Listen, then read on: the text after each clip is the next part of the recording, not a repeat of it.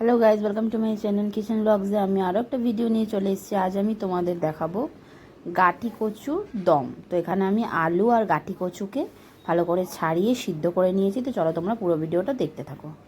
কড়াই বসিয়ে দিয়েছি, পরিমাণ মতো তেল, ফোড়নে দেবো তেজপাতা আর গোটা জিরে, পেঁয়াজ বাটা দিলাম, পেঁয়াজটা ব্রাউন কালার হবে। পেঁয়াজটা ব্রাউন কালার হয়ে এসছে, এবার দেবো গ্রেট করা টমেটো আর কুচি করা লঙ্কা, ধনে জিরে গুঁড়ো, হলুদ গুঁড়ো, সব মশলা দিয়ে দিয়েছি। এবার ভালো করে মিশিয়ে নেব। পরিমাণ মতো এবার জল দেব যাতে মশলাটা পুড়ে না যায়। মশলা দিয়ে খুব ভালো তেল ছেড়েছে। সিদ্ধ করা গাঁটি কচু আর আলু দিয়ে দিয়েছি। এবার খুব ভালো মশলার সাথে মিশিয়ে নেব। ভালো করে মশলার সাথে মিশিয়ে নিয়েছি, এবার জল দেব। জল দিলাম, আর একটু ভালো করে সিদ্ধ হয়ে যাবে। তোমরা তোমাদের পরিমাণ মতো জল দিতে পারো। এবার দেব লবণ, পরিমাণ মতো লবণ দিলাম। ভালো করে মিশিয়ে নিই।